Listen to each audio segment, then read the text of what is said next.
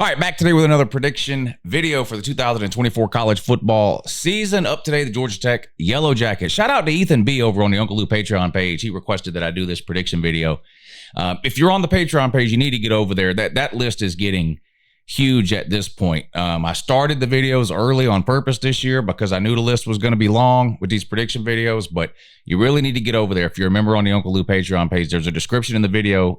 There's a link in the description of this video that'll take you over there. But the first post you'll see on that page is a post about these prediction videos. Leave a comment on that post and let me know what team you want me to do a prediction video for, because like I said, this list is getting really, really long. But Ethan B, thank you for the support over on the Patreon page. I really appreciate it. I hope you enjoy this preview and game-by-game prediction for the Georgia Tech Yellow Jackets 2024 college football season. All right, let's wrap up last year for Georgia Tech, and then we'll jump into this year. But 6-6 last year in the regular season, 7-6 after a bowl win over Central Florida, I believe.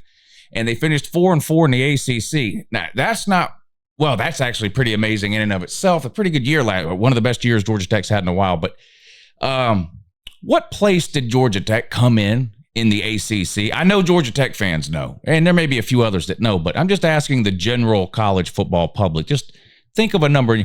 They were 6-6, 7-6 after a bowl win, 4-4 in the ACC. What place were they in the ACC? They were fourth. Georgia Tech finished fourth in the ACC. They finished ahead of Clemson, ahead of Miami, and ahead of North Carolina. Three of the favorites to win the ACC heading into last season. Now, look, everybody knows I'm a Georgia fan. I don't try to hide it. I'm a college football fan. Georgia's my favorite team. Everybody knows that. I don't try to hide it. So I'm not here to pat Georgia Tech on their head or blow smoke up their ass. But the reality is they finished fourth in the ACC last year, ahead of three pretty good programs in Miami, Clemson, and North Carolina. Now, a couple of those programs ended up having disappointing seasons, but that's not really the point. They finished fourth in the ACC at 4-4. So Brent Kay's been there. Well, he's been there a year and a half, really. This will be his second full season coming up. He took over for Jeff Collins halfway through the 22 season when they fired him. So Brent Kay's record in his 1.5 years really at Georgia Tech, he was 4-4 in that first half of a year. So they fired Jeff Collins, made Brent Kay head coach. They went 4-4 over the remainder of that season. Last season, like I just told you, 7-6. So basically been a 500 team since Brent Kay took over. And while that's not great, it's a big improvement over what Jeff Collins was doing there, while he's busy winning 3 and 4 games a year. So he has moved Georgia Tech forward. He's 11-10 total as head coach at Georgia Tech, and looking to, of course, improve on that this season. 7-6 last year. I mentioned 6-6 in the regular season, 7-6 after a bowl win. They haven't won more than 7 games in a season since 2016. So it's been 8 years since they managed to win more than 7 games. They won 7 last year. Can they improve on that number in 2024? Let's take a look at their offense, their defense, some of the stuff they lost from those units, some things that are coming back, some additions they've made. I've got a couple of questions about Georgia Tech. Then we'll throw the schedule up on the screen and go through it game by game. Georgia Tech's offense last year, again, I'm not here to blow smoke for Georgia Tech. Lord knows that's the last thing I would want to do. Georgia Tech scored twice as many points last season as they did the year before. Now, I understand they were starting from a very low bar there. They were really, really bad the year before, but they nearly doubled their points from 2022 to 2023. So clearly the offense has taken a huge step forward in a short period of time under Brent Kay. And that's great news because they get the quarterback back, Haynes King. And did he have a great year? No. Is he going to be on anybody's Heisman list? No. Will he be the best quarterback in the ACC? No. But he had a pretty good year last year. He threw for 2,900 yards and 27 touchdowns.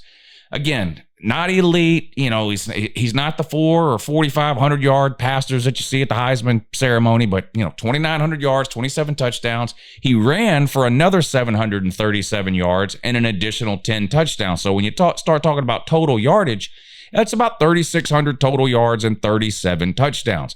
Those are respectable numbers, but 16 interceptions. That's unacceptable by any standard or any metric. If you're looking for one area on Georgia Tech's offense where they would need to improve the most, it would be the turnovers, specifically those interceptions. You cannot throw 16 interceptions over the course of a season and hope to have the type of season that you want to have. You just can't give teams extra possessions like that constantly. Clemson had a similar problem last year offensively with the turnovers. Now, they're a more talented team overall, so they were more capable of overcoming some of that than a team like Georgia Tech was. But you cannot have a quarterback turning the ball over, throwing in 16 interceptions. He's got to get better there. He's a gunslinger. He likes to run around, extend plays, and try to make throws. And look, you can be a hero when you do that, or you can be a GOAT. And last year, he was some of both. He's got to be more hero and less GOAT. Actually, he doesn't even need to be more hero. The same amount of hero, but less GOAT. You got to just take a few less chances, maybe. And look, I'm sure he'll get better his second year in this system in terms of understanding the offense and maybe making some reads and things like that, but got to cut down on the interceptions.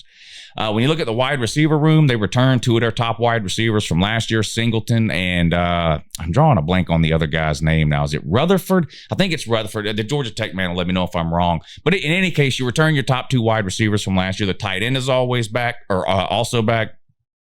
Brent Seether, who is a transfer from Georgia from a couple of years ago, a talented tight end, unable to get on the field at Georgia because of the tight ends he was behind. It's not an indictment on Seether that he wasn't able to see the field at UGA. It's just, if you're a college football fan, you know the tight end situation at Georgia over the last few years. So he decided to transfer out, and he's been a good player for Georgia Tech. He's back. And the offensive line might be the best unit on this team, actually. They were really, really good last year, and they returned 4 of their starters. They led the ACC in rushing yards last year.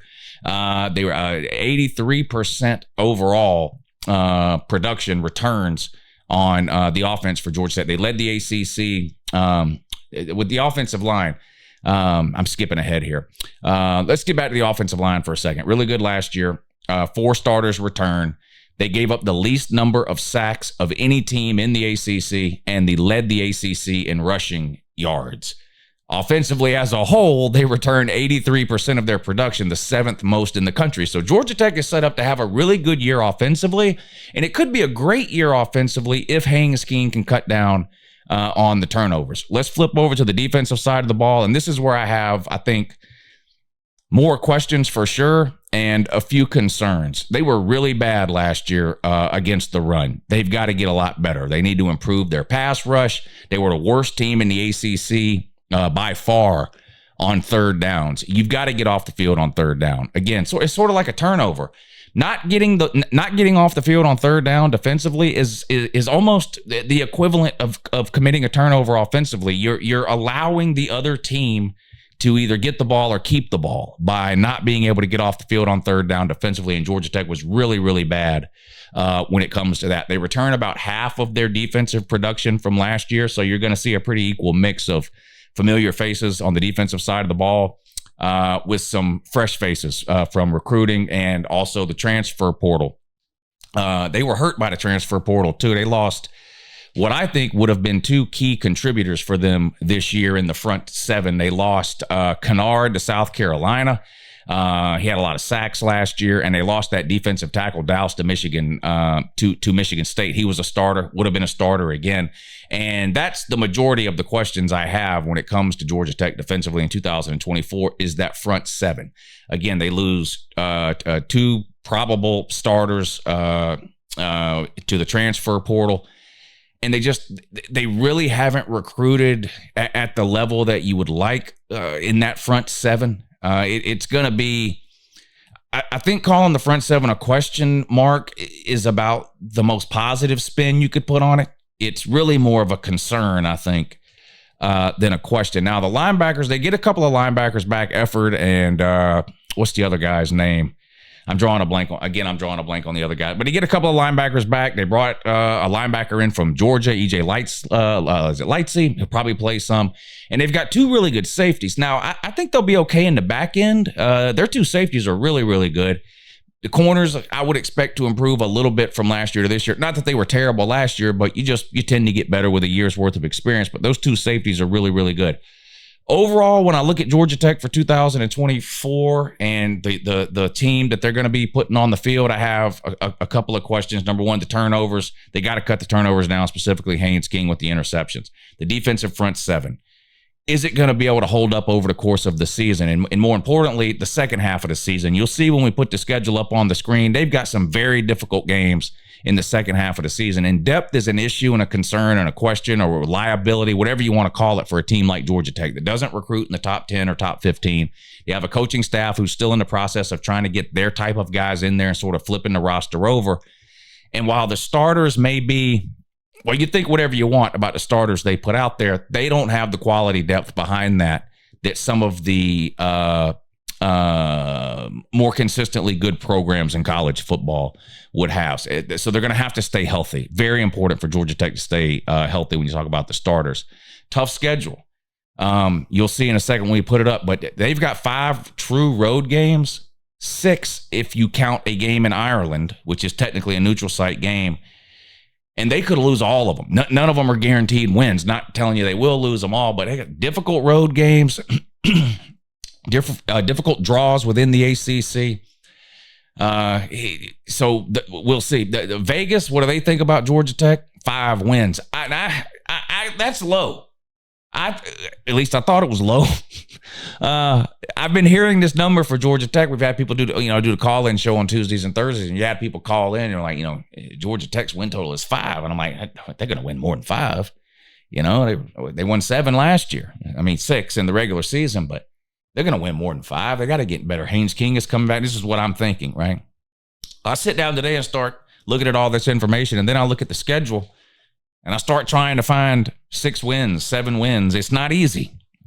So I understand now, I think, why Vegas has set the Georgia Tech win total at 5. Let's see if they can blow past that. Here's the schedule. We're going to go through it game by game. They start off neutral site game in Ireland against Florida State. This has the potential to be one of the funniest outcomes in any game this year.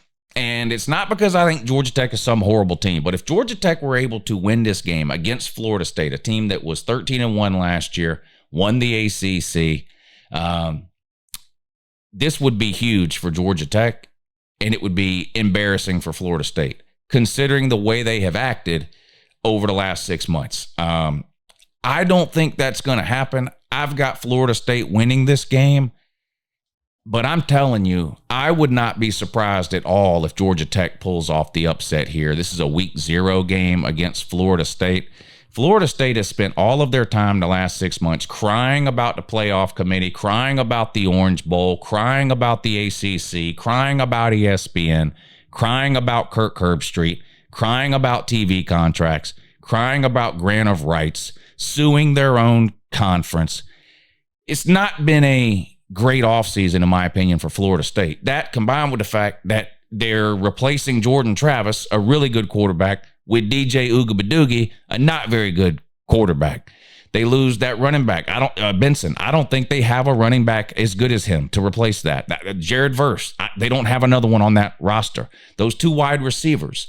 The Wilson and I always forget the guy that transferred down from Michigan State. I need to start looking it up before what was the guy's name that transferred down from Florida State? Anyway, is Florida State going to be bad? Are they going to be terrible? No, I think they got a chance to play for the ACC title again.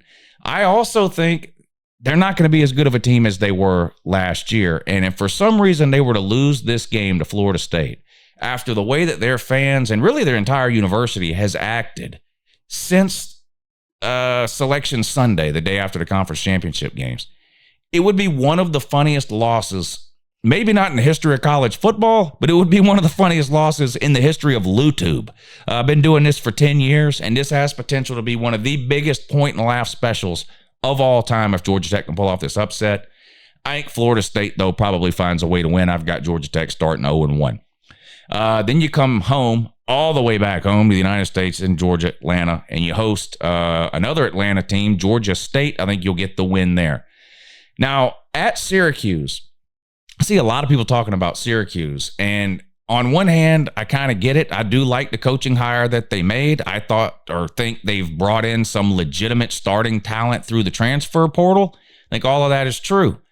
I think it's also true that Fran Brown's never been a head coach. He's never coached a game, and Syracuse is a pretty bad team, and I don't think it can be turned around in 1 year. 3-4 years down the road, 2-3 years down the road even, we can talk about Syracuse and getting to 9+ wins and maybe competing for an ACC or a playoff spot or something like that maybe. I think all of that talk is way too premature this year. Georgia Tech does have to go on the road and play them there. I don't think Syracuse can beat Georgia Tech. I think Georgia Tech gets that win. They're 2-1. Come back home and play a VMI or whatever it is, another easy win there. Look, I know Georgia Tech lost to Bowling Green. There's probably going to be somebody that points that out here. Oh, how are you saying these are easy wins? They lost to Bowling Green last year. Yeah, they lost to Bowling Green last year early in the year. Again, last year was really Brent Key's first year as a head coach. He was kind of learning on the job. So that, the Bowling Green thing, okay, if you think that's going to happen again, and look, it could. Again, I'm not here to take up for Georgia Tech or pat them on their little peanut heads. This is just my honest feelings about Georgia Tech, okay? I think they get the win at Syracuse. I think they get the win at VMI. Then they got to go on the road and play Louisville. That's another loss. Louisville reloaded through the transfer portal, and Jeff Braun proved me wrong last year. I had sort of lost hope in him at Purdue over the last couple of years. He had a couple of good seasons there, and then he seemed to tail off. And then all of a sudden, like out of nowhere, almost, it seems like, he's named head coach at Louisville. There was a lot of hype about Louisville heading into last season. I didn't buy into it. And I was wrong. They had a really good year and made the ACC title game before losing to Florida State. Don't know if they can get to the ACC title game again. I think they got a chance. But I think they get the win over Georgia Tech at home. Georgia Tech takes its second loss. Then you have your first of 3 bye weeks. Everybody gets 2 bye weeks, and then because Georgia Tech is playing a week 0 game, they actually get 3 bye weeks. This is the first one. On the road, at home after that against Duke. Brand new coaching staff there. The best player they had, Riley Leonard's gone to Notre Dame. I think Georgia Tech gets a win at home over Duke. On the road at North Carolina. This is a must-win game, in my opinion, for Georgia Tech. I expect North Carolina in 2024 to take a step backwards from where they've been, and I expect Georgia Tech in 2024 to take a step forwards. And if those two things are true, then Georgia Tech needs to win this game over a North Carolina team who has lost Drake May, the best player that they had. I mean, they were disappointing with Drake May. They've got to win this game. It's on the road, but there's a lot more difficult places to play than North Carolina. Georgia Tech's got to find a way to win this game, I think. And I think they do. A win on the road at North Carolina. Now, here's where the upset happens. At home against Notre Dame. You guys have been watching me for a while. You know I have, I don't know if it's a philosophy so much as it is just kind of a fact that you notice from watching college football long enough. But almost every single team in the country wins a game at some point in the year that you go, I can't believe they won that game. And almost every single team in the country loses a game every year where you go, I can't believe they lost that game. I did the Notre Dame version of this video yesterday. So if you saw that, you already know where I'm headed here. I think Georgia Tech beats Notre Dame. I think Notre Dame's a good team. I've got them in the top 10 in my preseason rankings, and I think they're a borderline playoff team for 2024. I also feel like Georgia Tech is going to get a signature win this year. They kind of got one last year, I guess, if you would count the Miami game. I mean, Miami wasn't great last year, and that was a flukish type of win with the fumble at the end when Mario didn't tell his quarterback to take a knee, but that was a big win for Georgia Tech. I feel like they're going to take it a step further this year, and I think that win's going to come at home against Notre Dame. Now, it could come on the road against Louisville. It could come at home against Miami later in the year. Could come against Georgia at the end of the year. I think it's going to come against Notre Dame. I think Georgia Tech gets the win there. On the road at Virginia Tech. Loss. I am buying into the Virginia Tech hype. Now, am I always right? Of course not. I just told you I was wrong on Louisville last year. Syracuse and Virginia Tech are sort of getting the hype this year in the ACC of potentially being last year's Louisville.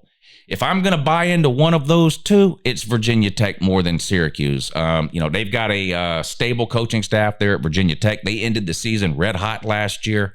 The only thing Syracuse is really relying on is a new head coach, one who's never coached a game, by the way, and the fact that they brought in a couple of high profile transfers, the quarterback from Ohio State, a couple of kids from Georgia, that kind of thing. But I think long way away from being a good team. Virginia Tech, I think, could be a good team this year. I think Georgia Tech goes on the road and loses in one of the most difficult environments to play in all of the ACC, Blacksburg. I think Georgia Tech takes a loss there. Then you get your second bye week before before hosting Miami. I think Miami beats you too. I think Georgia Tech drops back-to-back games here. Even though you have a bye week there, these are two tough games, one at the road, one at home. I think Miami gets the win against Georgia Tech. Then you get your third bye week. Come out of that, you host NC State. NC State, a team that's in the top 20 in a lot of preseason polls and rankings. We'll see if they're in the top 20 by the time this game is played. But I think Georgia Tech beats NC State at home. And then they go on the road and play Georgia. And look, you're going to have to beat Georgia before I ever predict it. That's just facts of the matter. Georgia's a way better team. They're way better coached. They've got way more starting talent, and they've got way more depth. You got to play them there. If you want to spend the rest of eternity talking about how you only lost to them by 8 last year, I never understood the whole bragging about losses deal, but feel free to do that. The reality is, just because Georgia and Georgia Tech happen to be in the same state and are rivals doesn't mean you can't look at these two teams and get a clear understanding of what's going on. Georgia's just way ahead of where Georgia Tech is right now. Now, does that mean it's impossible for Georgia Tech to win? No, nothing's impossible. I've been watching college football a long time. I've seen a lot of weird shit. But there's no way anybody on the planet can predict at this point right now a Georgia loss at home to Georgia Tech. These two teams play every year. Georgia Tech has beat them 3 times this century. So in the last 25 years, Georgia is 22-3 against Georgia Tech. It's one of those things where right now that rivalry is lopsided in Georgia's favor. Georgia's got returning Heisman caliber QB, an NFL defense, and honestly NFL second stringers all over the board. Most of Georgia's second string would start at Georgia Tech. It's not an insult to Georgia Tech. Georgia has recruited in the top 3 every single year for 4 or 5 years in a row.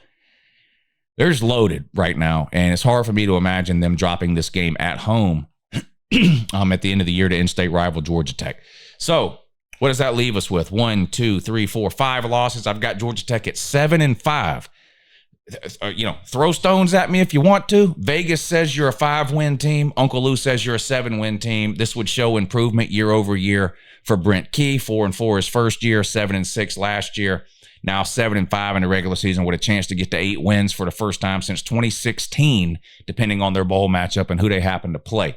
I could obviously be wrong about some of these wins and losses here. It's one thing to look at a schedule and study a team and go, seems like they're probably going to lose 5 games. It's another thing altogether to then try to pinpoint the exact 5 games you think they're going to lose. So, could you beat Virginia Tech? I've got you losing. Yeah, you could.